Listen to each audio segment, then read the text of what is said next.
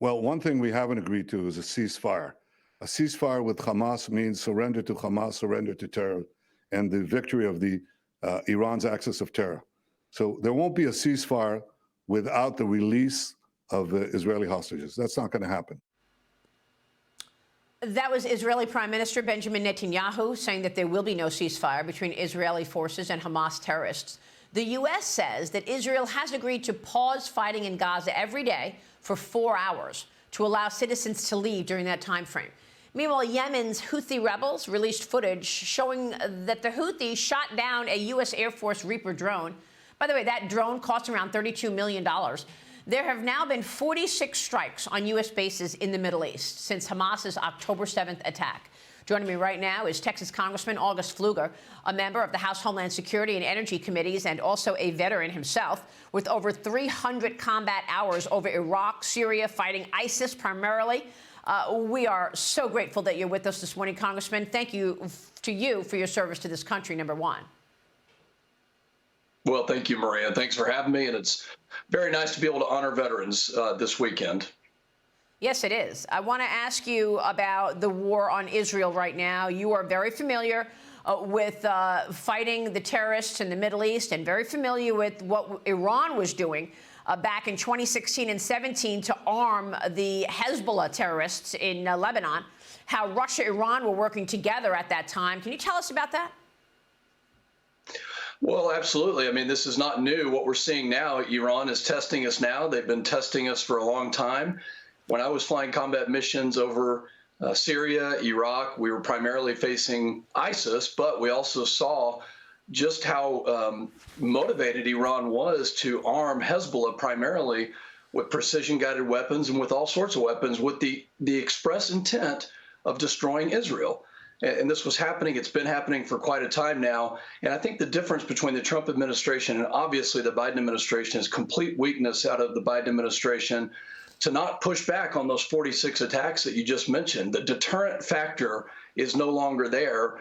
They don't fear us. That's why you saw Houthis shooting down an MQ-9 drone. That's why you see the 46 attacks, including dozens of U.S. service members who have been hurt.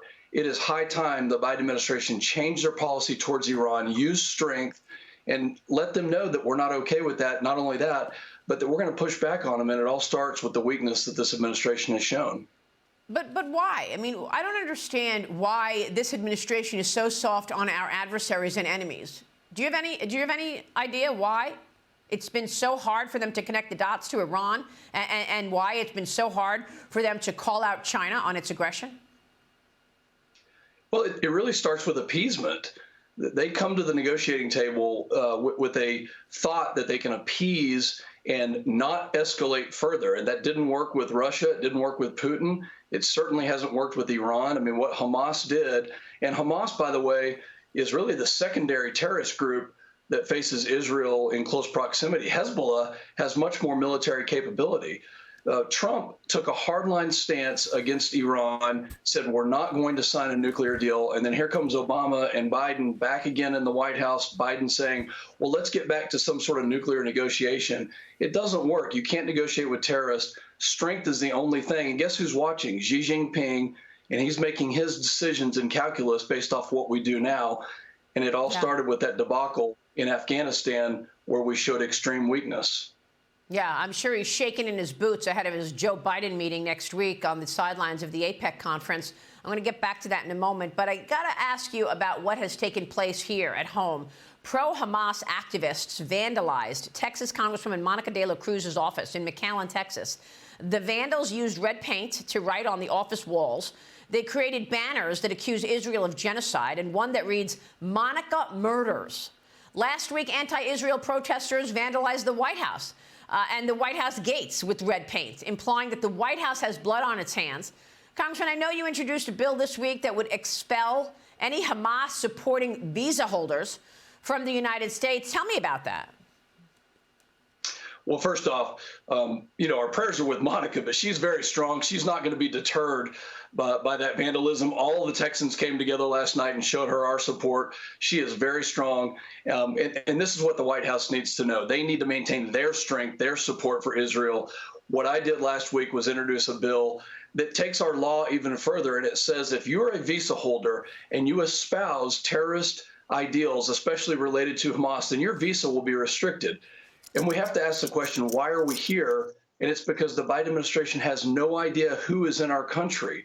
We know that over 150 people last year matched the terror watch list, entered the country, but it's what we don't know that should scare all of us. This is one step. We're going to strip those visas away from people who are saying that they are for Hamas. And this is a fine line between saying, yes, I support Palestinians and preventing the killing of innocent people. Guess what? The Israeli Defense Force is doing everything they can to prevent casualties. That's why they have a pause in fighting, but there is no ceasefire. And here on our own turf, if you have a visa and you're here at a university and you support Hamas, a known terrorist organization, your visa will be stripped. Well, I mean, it's just extraordinary what you just said, that we don't even know who's in the country because of this wide open border. Georgia Congresswoman Marjorie Taylor Greene has introduced an impeachment resolution against Homeland Security Secretary Alejandro Mayorkas. The House will hold a straight vote on the matter next week. No motion to table it. Congressman, will Mayorkas be impeached next week?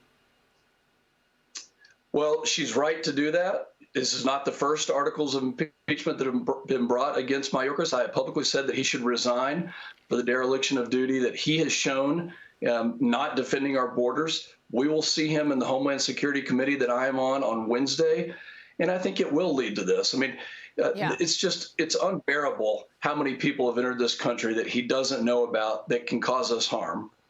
Yeah.